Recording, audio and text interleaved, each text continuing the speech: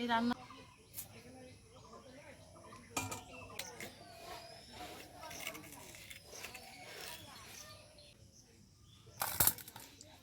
দেখো আলুগুলো খুব ভালোভাবে লাল লাল করে ভেজে নিয়েছি। ভাজার সময় কিন্তু আলুগুলো সেদ্ধ হয়ে গেছে।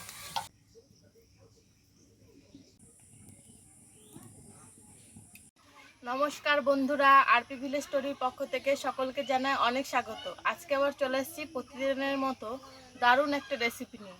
আজকে দেখো মিডিয়াম সাইজে বেশ কয়েকটা আলু নিয়েছি, আর নিয়েছি খানিকটা পনির। তো আজকে আলু আর পনির দিয়ে দারুণ একটা রেসিপি তোমাদেরকে করে দেখাবো। তোমরা কিন্তু পুরো ভিডিওটা দেখবে। চলো প্রথমে আগে আলুগুলো খুব ভালোভাবে খোসা ছাড়িয়ে নিই।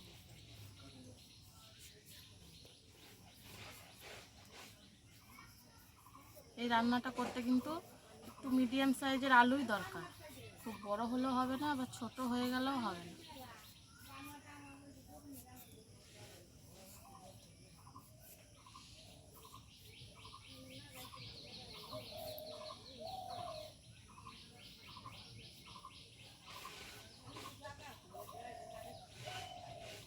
প্রথমে আলুর খোসাটা খুব ভালোভাবে ছাড়িয়ে নেব।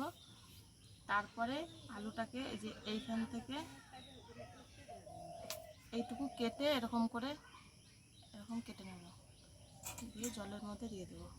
সব আলুগুলো এইভাবেই পরিষ্কার করে নেব।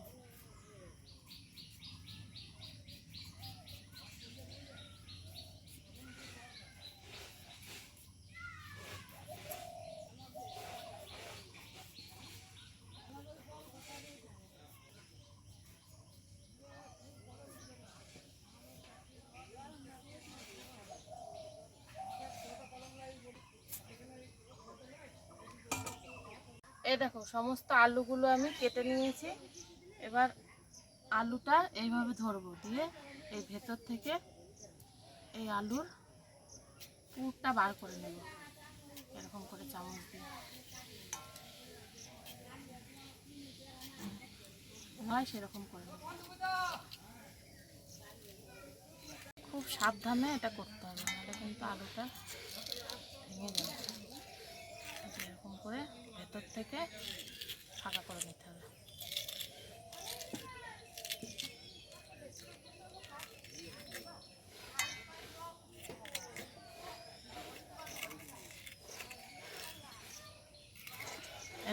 এরকম করে সব আলুগুলো করে নেব।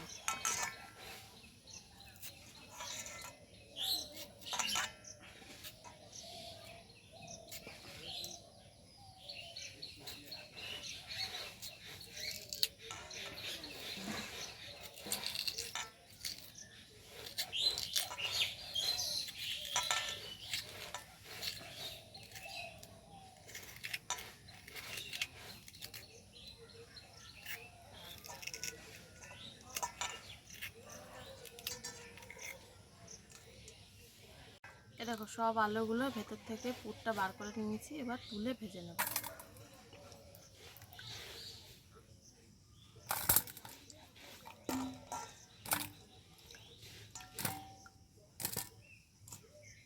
উনুন ধরিয়ে নিয়েছি। এবার উনুনের ওপর কড়াইটাও বসিয়ে দিয়েছি। এবার সর্ষের তেল দিয়ে দেব কড়াইতে।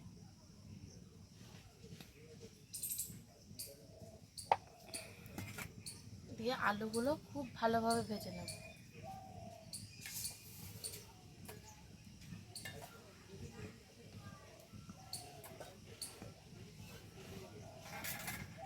একটুখানি নুনও দিয়ে দেবো, তাহলে খুব ভালোভাবে আলুটা ভাজা হবে আর সেদ্ধও হয়ে যাবে আলুটা।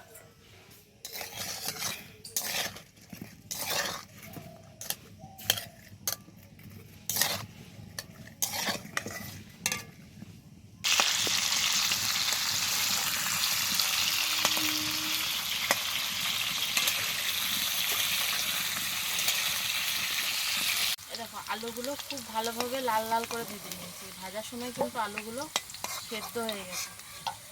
এবার তুলে ঠান্ডা করে নেব।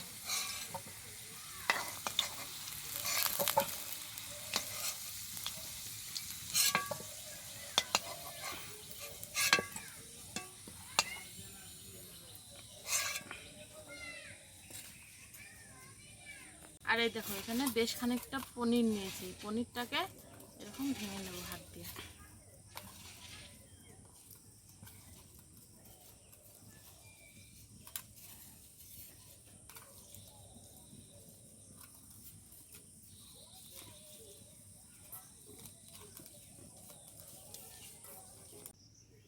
এবার এই পনিরটা এই আলুর ভেতরে ভরে দেবো, দিয়ে এরকম করে চেপে দেবো, সব আলুর ভেতরে পনির ভরে নেব।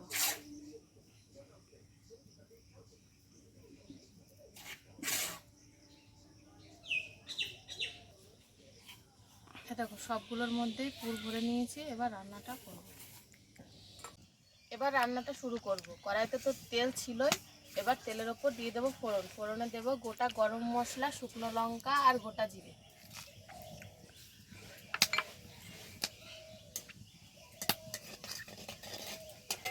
এ দেখো ফোড়নটা খুব ভালোভাবে ভাজা হয়ে গেছে। এবার দিয়ে দেব তেলের ওপর আদা বাটা,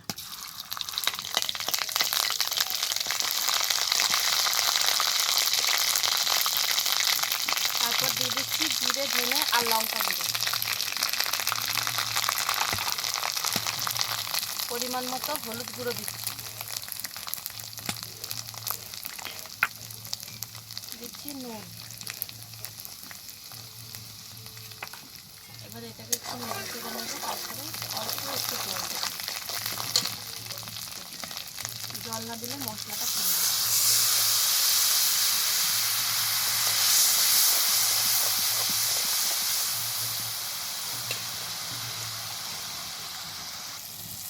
এবার এর উপর দিয়ে দিচ্ছি বেশ খানিকটা টক দই।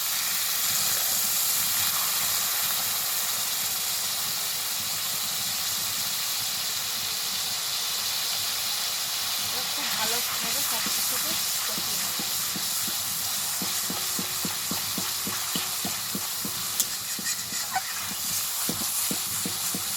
দেখো মশলা খুব ভালোভাবে কষিয়ে নিয়েছি, মশলা থেকে তেল ছেড়ে দিয়েছে। এবার দিয়ে দেব পরিমাণ মতো জল।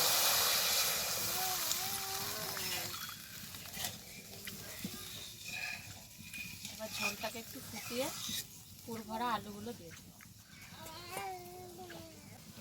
দেখো ঝোলটা খুব ভালোভাবে ফুটিয়ে নিয়েছি। এবার দিয়ে দেবো এর মধ্যে আলুগুলো, তারপরে খুব ভালোভাবে সেদ্ধ করে নেব।